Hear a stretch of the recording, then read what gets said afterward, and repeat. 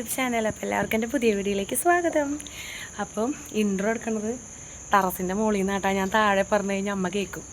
ഇന്ന് അമ്മയുടെ ബർത്ത്ഡേ ആണ്. അപ്പോൾ ഒരു കുട്ടി സർപ്രൈസ്. വേറെ ഒന്നുമില്ല, ഞാൻ വരുന്ന വഴിക്കൊരു കേക്ക് മേടിച്ചിട്ടുണ്ടായിരുന്നു. പിന്നെ പുറത്തേക്ക് ഫുഡ് കഴിക്കാൻ പോകുന്നുണ്ട്. അപ്പോൾ അതാണ് ഇന്നത്തെ വീഡിയോ കേട്ടാ. ഞാൻ ആദ്യമായിട്ടാണ് എൻ്റെ ചാനലിൽ ഇങ്ങനെ ഒരു വീഡിയോ ഇടുണ്ടാവുക. അപ്പോൾ കേക്ക് മേടിച്ചിട്ട് വണ്ടിയുമ്പോൾ വെച്ച് നോക്കുക, അമ്മ അറിഞ്ഞിട്ടില്ല. അപ്പോൾ അവരൊക്കെ ഡ്രസ്സ് മാറാണ്, ഭക്ഷണം കഴിക്കാൻ പോകാന്നുള്ള രീതിയിൽ. അപ്പോൾ കേക്ക് കട്ട് ചെയ്തിട്ട് ഫുഡ് കഴിക്കാൻ പോകാമെന്ന് വിചാരിച്ചു കേട്ടോ. അപ്പോൾ ഞാൻ എക്സൈറ്റ്മെൻറ്റാണ്. അമ്മയുടെ പ്രതികരണം എന്താവുമെന്ന് എനിക്കറിയില്ല. അപ്പോൾ കേക്ക് കട്ട് ചെയ്യാനുള്ള കാര്യങ്ങൾ നോക്കാം. അമ്മയ്ക്കറിയില്ല. അപ്പം കേക്ക് മേടിച്ച് കൊണ്ടുവന്നിട്ടുണ്ട് ഞാൻ. ഇന്ന് അമ്മയുടെ ബർത്ത്ഡേ ആണ്. അപ്പോൾ കേക്ക് മുറിക്കാൻ പോവാം. ഇത് ഞാൻ കേക്ക് മേടിക്കാൻ പോയിട്ടുണ്ടായിരുന്ന വീഡിയോ ആണ് കേട്ടോ. ഞാൻ ജോലി കഴിഞ്ഞിട്ട് വരുന്ന വഴിക്കാണ് കേക്ക് മേടിച്ചിട്ട് വന്നിട്ടുണ്ടായിരുന്നത്. ഇതിൻ്റെ ഒരു ഷോർട്സ് വീഡിയോ ഞാൻ ഇട്ടിട്ടുണ്ടായിരുന്നു. നമ്മുടെ തൃശ്ശൂർക്കാരെങ്കിലും ആണ് ഈ വീഡിയോ കാണുന്നതെങ്കിൽ നിങ്ങൾക്കിത് ഹെൽപ്ഫുള്ളാവും കേട്ടോ. ഞാനൊരു ഹോം ബേക്കർ തന്നെയായിരുന്നു. 3 കൊല്ലത്തോളം ഞാൻ ഹോം ബേക്കറായിരുന്നു കേട്ടോ. പക്ഷേ ഞാനിപ്പം ഇത് കാണുമ്പം എനിക്കെന്തോ നമ്മളെ സാധാരണക്കാരെ സംബന്ധിച്ച് ഭയങ്കര അഫോർഡബിളാണ്. നമ്മൾ ഒരു ഹോം ബേക്കറിനെ സംബന്ധിച്ചിട്ട് കേക്കിൻ്റെ റേറ്റ് വെച്ച് നമ്മൾ വലിയ ഷോപ്പുകാരെ വെച്ച് താരതമ്യം ചെയ്തിട്ട് കാര്യമില്ല. കാരണം അവർക്കത് നഷ്ടമായിരിക്കും. സാധാരണ ഹോം ബേക്കേഴ്സ് കഷ്ടപ്പെട്ട് അവർ അതിനുള്ള സാധനങ്ങൾ മേടിച്ച് ടൈം കളഞ്ഞ് 1 2 ഒക്കെ ഉണ്ടാക്കുമ്പോൾ നമുക്കതിൻ്റെ ഒരു ലാഭം വേണമല്ലോ. പക്ഷേ ഷോപ്പുകാർ അങ്ങനെയല്ല. ബൾക്കായിട്ട് 100 200 ഒക്കെ ഒരുമിച്ച് ചെയ്യുന്നവർക്ക് ഇങ്ങനെ കൊടുക്കുമ്പോൾ അത് ലാഭമാണ്. സാധാരണക്കാരായി നമുക്കത് കിട്ടുമ്പോഴും നമുക്ക് ലാഭമാണ്. ഇത് നമ്മുടെ തൃശ്ശൂർ ജൂബിലി മിഷൻ്റെ തൊട്ടടുത്താണ് കേട്ടോ ഷോപ്പ് വരുന്നത്. അപ്പോൾ ഇതിൻ്റെ ഡീറ്റെയിൽ ഞാൻ കൊടുക്കാം. അപ്പം നമുക്ക് എന്തെങ്കിലും ഫംഗ്ഷൻസ് ഉണ്ടെങ്കിൽ നമുക്ക് പെട്ടെന്ന് ചെന്ന് കഴിഞ്ഞാൽ കേക്ക് അവിടെ നിന്ന് കിട്ടും കേട്ടോ. കാരണം നല്ല ക്വാളിറ്റിയാണ്. അതുപോലെ നമുക്ക് ഒരു കേക്ക് എടുത്ത് ഒരു കേക്ക് ഫ്രീ ആണ്. 1 കിലോ മേടിച്ചാൽ 1 കിലോ ഫ്രീ, 2 കിലോ മേടിച്ചാൽ 2 കിലോ ഫ്രീ. അങ്ങനെ എത്ര കിലോനാണ് മേടിക്കുന്നത് അതിൻ്റെ ഇരട്ടി നമുക്ക് ഫ്രീ ആയിട്ട് അവിടെ നിന്ന് കിട്ടും. അല്ല നമുക്ക് ഒരു കേക്ക് മതിയെങ്കിൽ നമുക്ക് ആ കേക്കിൻ്റെ റേറ്റിൻ്റെ 60% 40% എന്തോ ഡിസ്കൗണ്ട് ഉണ്ട്. നമുക്ക് 999 രൂപയുടെ കേക്കാണ്. പക്ഷേ എനിക്ക് വന്നത് 600 രൂപയാണ് കേട്ടോ. അപ്പം ഞാൻ കേക്ക് എടുക്കാൻ പോയിട്ട് വരുമ്പോഴുള്ള എക്സ്പ്രഷനാണ്. അമ്മയ്ക്ക് അറിയില്ല ഞാൻ കേക്ക് മേടിച്ച് കൊണ്ടുവരും, കേക്ക് കട്ട് ചെയ്യുന്നുള്ള കാര്യങ്ങളൊന്നും അമ്മയ്ക്ക് അറിയുണ്ടായിരുന്നില്ല. അപ്പോൾ ഒരു സർപ്രൈസ് പോലെയാണ് ഞാൻ കൊണ്ടുവന്നത്. അമ്മയുടെ മുഖത്തൊന്നും വലിയ പ്രതികരണമൊന്നും ഉണ്ടാവില്ല. വേറെ ഒന്നും കൊണ്ടല്ല. അമ്മയ്ക്ക് അങ്ങനെ അനാവശ്യമായിട്ട് അങ്ങനെ വെറുതെ കാശ് കളയേണ്ട, എന്തിനാ കഷ്ടപ്പെടണേ, അമ്മയ്ക്ക് വേണ്ടി ഒരാൾ ബുദ്ധിമുട്ട്, അതൊന്നും അമ്മയ്ക്ക് ഇഷ്ടമില്ലാത്ത ആളാണ് കേട്ടോ.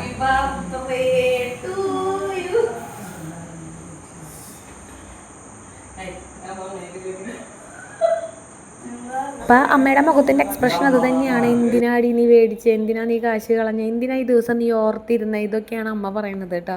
അമ്മ രാവിലെ തന്നെ ഞാൻ വിഷ് ചെയ്തപ്പനോട് പറഞ്ഞ കാര്യം അതാണ്. നീ എന്തിനാ ഈ ദിവസം ഓർത്തിരിക്കണേ, അത് എന്നിലൂടെ തന്നെ ആ ദിവസം അങ്ങനെ പൊക്കോട്ടെ, എന്തിനാ വെറുതെ ഓർത്തിരിക്കണേ, എന്തിനാ നിങ്ങൾ ബുദ്ധിമുട്ടണം. അങ്ങനെയൊക്കെ ആയിരുന്നു അമ്മയുടെ ഒരു ആറ്റിറ്റ്യൂഡും അമ്മയുടെ ഒരു രീതിയും അങ്ങനെ തന്നെയാണ്. അതെനിക്ക് ഇത്ര വർഷമായിട്ട് അറിയാം. ഞാൻ ആ ഒരു ദിവസം വിഷ് ചെയ്യുമ്പോൾ എനിക്കാണെങ്കിൽ ഭയങ്കര ഇഷ്ടമാണ് കേട്ടോ. ഓരോരുത്തർ ദിവസങ്ങൾ ഓർത്തിരിക്കുക, വിഷ് ചെയ്യുക, ഒരു ചെറിയ സർപ്രൈസ് കൊടുക്കുക, ഇതൊക്കെ എനിക്ക് ഭയങ്കര ഇഷ്ടമുള്ളൊരു കാര്യമാണ്. അത് നമ്മൾ എന്താ പറയുക, എത്ര കാലത്തോളം നമ്മൾ ഈ ഭൂമിയിൽ ജീവിച്ചിരിക്കും. ആരൊക്കെ ആയാലും അത് അങ്ങനെ തന്നെയാണ്. എനിക്ക് എൻ്റെ ചേട്ടൻ്റെ തന്നെ ആ ഒരു ദിവസം പക്ഷെ എനിക്കത് അറിയണില്ല. എൻ്റെ ചേട്ടൻ മരിക്കുന്ന ഒരു ദിവസം ആയതുകൊണ്ടാണോ ഞാൻ ആ ദിവസം മറന്നുപോയെന്ന് എനിക്കറിയില്ല. ഇപ്പോഴും ആ ദിവസം ഞാൻ മറന്നുപോയെന്ന് ഇപ്പോഴും ഞാൻ വിഷമിക്കുകയാണ് കേട്ടോ. എന്താ പറയുക, എൻ്റെ ഉള്ള പോലെ ഞാൻ എല്ലാവരുടെ കാര്യങ്ങളും ഞാൻ സെലിബ്രേറ്റ് ചെയ്യാറുണ്ട്. എൻ്റെ ആ ഒരു ദിവസം ആരും ഇരുന്നില്ലെങ്കിൽ പോലും ഞാൻ ആ ദിവസം എല്ലാവരുടെയും ഓർത്തിരിക്കും. പക്ഷേ എൻ്റെ അമ്മായിമ്മയും എൻ്റെ അമ്മയും എൻ്റെ അപ്പനും ആ 3 പേരും ഈ ദിവസം മറക്കാറില്ല കേട്ടോ. അപ്പോൾ അതേ കേക്ക് നമ്മുടെ ഇവിടെ സെറ്റായിട്ടുണ്ട് കേട്ടോ. ഞാൻ അപ്പം ഇനി ഇത് കട്ട് ചെയ്യാനുള്ള പരിപാടികൾ നോക്കുകയാണേ.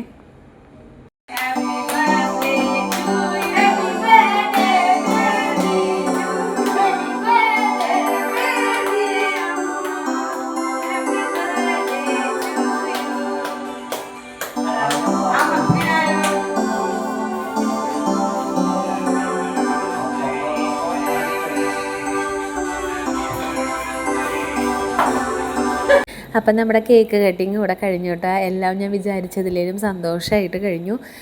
നമ്മൾ കുറേ പ്ലാൻ ചെയ്ത് കുറേ വലിയ സംഭവമാക്കണം അങ്ങനെ വിചാരിക്കുന്ന കാര്യങ്ങളൊക്കെ ഫ്ലോപ്പ് ആവാറുണ്ട് കേട്ടോ.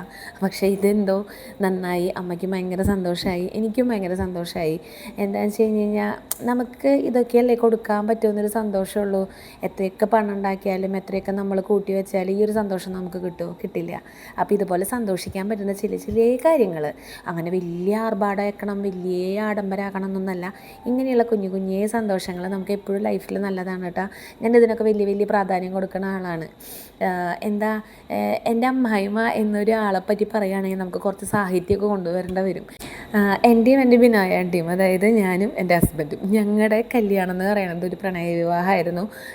ലവ് ആൻഡ് അറേഞ്ച്ഡ് അങ്ങനെ പറയാം. അങ്ങനെ ഒരു വിവാഹമായിരുന്നു ഞങ്ങളുടെ. അപ്പം ഞാൻ എൻ്റെ ചേട്ടനെ കണ്ടുമുട്ടുന്നത് ശരിക്കും 7ാം ക്ലാസ്സിൽ പഠിക്കുമ്പോഴാണ്. ആരും പറഞ്ഞാൽ വിശ്വസിക്കില്ല, എങ്കിൽ പോലും ഞാൻ 7ൽ പഠിക്കുമ്പോൾ ആണ് എൻ്റെ കെട്ടിയോനെ ഞാൻ കണ്ടുമുട്ടുന്നത്. അതും എൻ്റെ ആൻറ്റിയുടെ വീട്ടിൽ നിന്ന്, അതായത് ഇപ്പം ബിനോയ് ഏട്ടൻ്റെ വീടിൻ്റെ തൊട്ടടുത്താണ് എൻ്റെ ആൻറ്റി താമസിച്ചിരുന്നത്, ഞങ്ങളുടെ കസിൻ. അപ്പോൾ ഞാൻ അവിടെ വെക്കേഷന് വന്ന് നിന്നിട്ട് അപ്രതീക്ഷിതമായിട്ടാണ് ഞാൻ ബിനോയ് ഏട്ടനെയും ബിനോയുടെ ഫാമിലീനെയും കണ്ടുമുട്ടണത്. അപ്പോൾ അന്ന് ആ ചെറുപ്പം തൊട്ടേ നമുക്ക് അമ്മായിമ്മ എന്ന് പറഞ്ഞു കഴിഞ്ഞൊരു ട്രാജഡിയാണ്. അതായത് മിക്ക കുടുംബത്തെ അമ്മായിമ്മ പോരും, അമ്മായിമ്മ അങ്ങനെ ചെയ്യണോ, അമ്മായിമ്മ ഇങ്ങനെ ചെയ്യണോ, അമ്മായിമ്മ കുറേ കരയിപ്പിക്കണോ, അങ്ങനെയൊക്കെയുള്ള കുറേ കഥകളും കുറേ സീരിയലുകളും കുറേ നാട്ടുമ്പുറത്തെ കാര്യങ്ങളൊക്കെ കണ്ടിട്ടല്ല നമ്മൾ വളർന്നിട്ടുള്ളത്. അപ്പോൾ ആ ഒരു സാഹചര്യത്തിൽ നിന്ന് ഞാൻ ഈ 7ാം ക്ലാസ്സിൽ പഠിക്കുമ്പോൾ ഞാൻ ഈ വന്ന് കാണുന്നത് അന്ന് ബേബി ചേച്ചി, അതായത് അന്ന് എൻ്റെ അമ്മായിമ്മയല്ലല്ലോ, അന്ന് ബേബി ചേച്ചിനെ ഞാൻ കാണുമ്പോൾ ഇതേപോലെ പാവമായിട്ടൊരു സ്ത്രീനെ ഞാൻ കണ്ടിട്ടില്ല കേട്ടോ. സത്യമായിട്ടും ഇതേപോലെ ഒരു പാവം പിടിച്ചൊരു അമ്മ 3 ആൺമക്കളുടെ കാര്യം നോക്കണു, കൃഷി നോക്കണു, വീട് നോക്കണു, എല്ലാം ഓടി നടന്ന് ചെയ്യണു, എല്ലാവരോടും നല്ല രീതിയിൽ പെരുമാറണു, അങ്ങനെയുള്ള ഒരാളായിരുന്നു എൻ്റെ അമ്മായിമ്മ. അപ്പം ഞാൻ ആലോചിച്ചപ്പോൾ എൻ്റെ ഭാവി അമ്മായിമ്മ എന്തുകൊണ്ട് ഈ അമ്മയായിക്കൂടാ എന്ന് ഞാൻ ചിന്തിച്ചു. അപ്പോൾ അങ്ങനെ, പക്ഷേ അന്ന് ഞാൻ ആ സംഭവമൊക്കെ അത് അവിടെ ഇട്ടു. അങ്ങനെ ഞാനൊരു 7ൽ പഠിക്കുന്ന പ്രായമല്ല, അതൊന്നും കൊണ്ടു നടക്കേണ്ട ഒരു സമയമല്ലല്ലോ എന്ന് വിചാരിച്ചിട്ട് ഞാൻ അത്ര കാര്യമാക്കിയിട്ടുണ്ടായിരുന്നില്ല. പിന്നെ അതുപോലെ വീണ്ടും യാദൃശ്ചികമായിട്ട് +1 പഠിക്കുമ്പോൾ വീണ്ടും ഞാൻ അവിടെ വന്ന് നിൽക്കേണ്ട വന്നു. അന്ന് നമുക്ക് നമ്മുടെ ജീവിതത്തെ പറ്റി ചില കാഴ്ചപ്പാടൊക്കെ ഉള്ളൊരു സമയമല്ലേ. അപ്പം ഞാൻ വീണ്ടും അമ്മേനെ കണ്ടു. അമ്മയുടെ കൂടെ കുറച്ച് ദിവസമൊക്കെ എനിക്ക് നിൽക്കാൻ പറ്റി, അമ്മയുടെ കൂടെ സംസാരിക്കാൻ പറ്റി. അപ്പോഴൊക്കെ സത്യം പറഞ്ഞു കഴിഞ്ഞാൽ ബിനോയേട്ടൻ അമ്മയിലേക്കുള്ളൊരു വഴിയായിരുന്നു. അതായത് ഈ ഒരു വീട്ടിലേക്ക് വന്ന് കയറി കഴിഞ്ഞ് ഇങ്ങനെ ഒരു നല്ല അമ്മായിമ്മേനെ കിട്ടില്ലേ, അങ്ങനെയൊക്കെ ആയിരുന്നു കേട്ടോ എനിക്ക്. ഞാനിപ്പോൾ അങ്ങനെ എൻ്റെ വീട്ടിൽ വന്നിട്ട് ഞാൻ എൻ്റെ അമ്മയുടെ അടുത്ത് പറയും, അമ്മ എനിക്ക് അതേപോലെ ഒരു അമ്മേനെ എവിടെയും കിട്ടില്ല അമ്മ, ഇതേപോലെ ഒരു ഭർത്താവിനെ കിട്ടില്ല എന്നല്ല ഞാൻ പറഞ്ഞിട്ടുള്ളത്, ഇതേപോലെ ഒരു അമ്മേനെ കിട്ടില്ല അമ്മ, നല്ല അമ്മയാണ്, പാവ അമ്മയാണ്, അങ്ങനെയൊക്കെയാണ് കേട്ടോ ഞാൻ പറഞ്ഞിട്ടുണ്ടായിരുന്നത്. അപ്പോൾ ഇതിനിടയ്ക്ക് ഞാൻ ഈ കേക്ക് കട്ട് ചെയ്ത് കൊണ്ടു കൊടുക്കുന്നത് നമ്മുടെ തൊട്ടപ്പുറത്തെ വീട്ടിലേക്കാണ് കേട്ടോ. നമ്മുടെ പിള്ളേരെ കൂടെ എപ്പോഴും കളിക്കാൻ വരുന്ന ഒരു ഉണ്ണി ഉണ്ട് അവിടെ. അപ്പോൾ അവനാണ് ആ കേക്ക് കൊണ്ട് കൊടുത്തിട്ടുള്ളത്. അവരുടെ വീട്ടിൽ എന്തുണ്ടെങ്കിലും ഇതേപോലെ നമുക്കും കൊണ്ട് തരും കേട്ടോ. അപ്പോൾ അതൊരു അയൽവക്ക സ്നേഹം. അപ്പോൾ അതേപോലെ അവർക്ക് ആ കേക്ക് കൊണ്ട് കൊടുത്തതാണ്. അപ്പോൾ നമുക്ക് കഥയിലേക്ക് തിരിച്ചു വരാം. അപ്പം അതായിരുന്നു എൻ്റെ ഒരു അമ്മായിമ്മ. അപ്പോൾ അതുകൊണ്ടാണ് ഞാൻ ബിനോയേട്ടനെ കല്യാണം കഴിക്കാനും ഈ വീട്ടിലേക്ക് വരാനും ഒരു കാരണം ഉണ്ടായിട്ടുള്ളത്. പിന്നെ ഇവിടെ 3 ആൺമക്കളല്ലേ, പിന്നെ ഇവർക്ക് ചേച്ചിനേത്തിമാരെ അങ്ങനെ ആരും ഇല്ലല്ലോ. അപ്പോൾ മൂത്തേൻ്റെ കല്യാണം കഴിഞ്ഞു, രണ്ടാമത്തേൻ്റെ കല്യാണം കഴിഞ്ഞു, പിന്നെയാണ് ഞങ്ങളുടെ കല്യാണം നടക്കണേ. അപ്പം കല്യാണം കുറച്ച് ഇതൊക്കെ ആയിരുന്നു, എങ്കിൽ പോലൊക്കെ ഭംഗിയായിട്ടൊക്കെ നടന്നു. കാരണം എൻ്റെ വീട്ടിൽ എൻ്റെ അപ്പച്ചനൊക്കെ കുറച്ച് സ്വരച്ചേർച്ചയൊക്കെ ഉണ്ടായിരുന്നു. എൻ്റെ അപ്പച്ചൻ ഡ്രൈവർക്ക് കല്യാണം കഴിച്ച് കൊടുക്കില്ല, അങ്ങനെയൊക്കെ ഒരു സംഭവമൊക്കെ ഉണ്ടായിരുന്നു കേട്ടോ. പിന്നെ ഞാൻ കരഞ്ഞ് കൈയും കാലും പിടിച്ച്, പിന്നെ എന്തൊക്കെയോ ഒരു യോഗം, നമുക്ക് ഓരോ സ്ഥലത്ത് ഓരോ യോഗം ഉണ്ടല്ലോ, അങ്ങനെയാണ് ഞാൻ ഈ വീട്ടിലേക്ക് കല്യാണം കഴിഞ്ഞ് വരുന്നത്. അപ്പോൾ എല്ലാവരുടെ ലൈഫിലുള്ള പോലെ ഞങ്ങളുടെ ലൈഫിലുണ്ടായിരുന്നു ചെറിയ ചെറിയ പ്രശ്നങ്ങളും വിഷമങ്ങളും കാര്യങ്ങളൊക്കെ എല്ലാവരുടെ ലൈഫിലുള്ള പോലെ ഞങ്ങളുടെ ലൈഫിലുണ്ടായിരുന്നു. അതുപോലെ തന്നെ ഞാനും എൻ്റെ അമ്മായിമ്മയും ഈ കാണുന്ന പോലെ സ്നേഹമൊന്നുമല്ല, ചില സമയങ്ങളിൽ ഞങ്ങൾ തമ്മിൽ പിണങ്ങുണ്ടെങ്കിലല്ലേ അവിടെ ഇണക്കുണ്ടെങ്കിലല്ലേ പിണക്കുള്ളൂ, അങ്ങനെയുള്ള സംഭവമാണ് കേട്ടോ. അപ്പം ഞങ്ങൾ തമ്മിൽ ചെറിയ പിണക്കങ്ങളും കാര്യങ്ങളൊക്കെ ഉണ്ടായിരുന്നു. കാരണം അമ്മേനെ സംബന്ധിച്ച് അമ്മയ്ക്ക് ഓവർ സ്നേഹമാണ്, അത് അമ്മയ്ക്ക് തിരിച്ചും കിട്ടണം, അതാണ് അമ്മയുടെ ഒരു ആറ്റിറ്റ്യൂഡ്. അപ്പോൾ ഞാൻ ചില സമയത്ത് മിണ്ടാണ്ടിരിക്കുമ്പോൾ അമ്മയ്ക്ക് വിഷമമാണ്, എന്നോട് മിണ്ടാത്ത, അങ്ങനെയൊക്കെ ഒരു ഇത് വരും. അപ്പോൾ ചിലപ്പോൾ എനിക്കും ചിലപ്പോൾ എൻ്റെ മൂഡ് ശരിയല്ലെങ്കിൽ ചിലപ്പോൾ ഞാനും എന്തെങ്കിലും പറയും.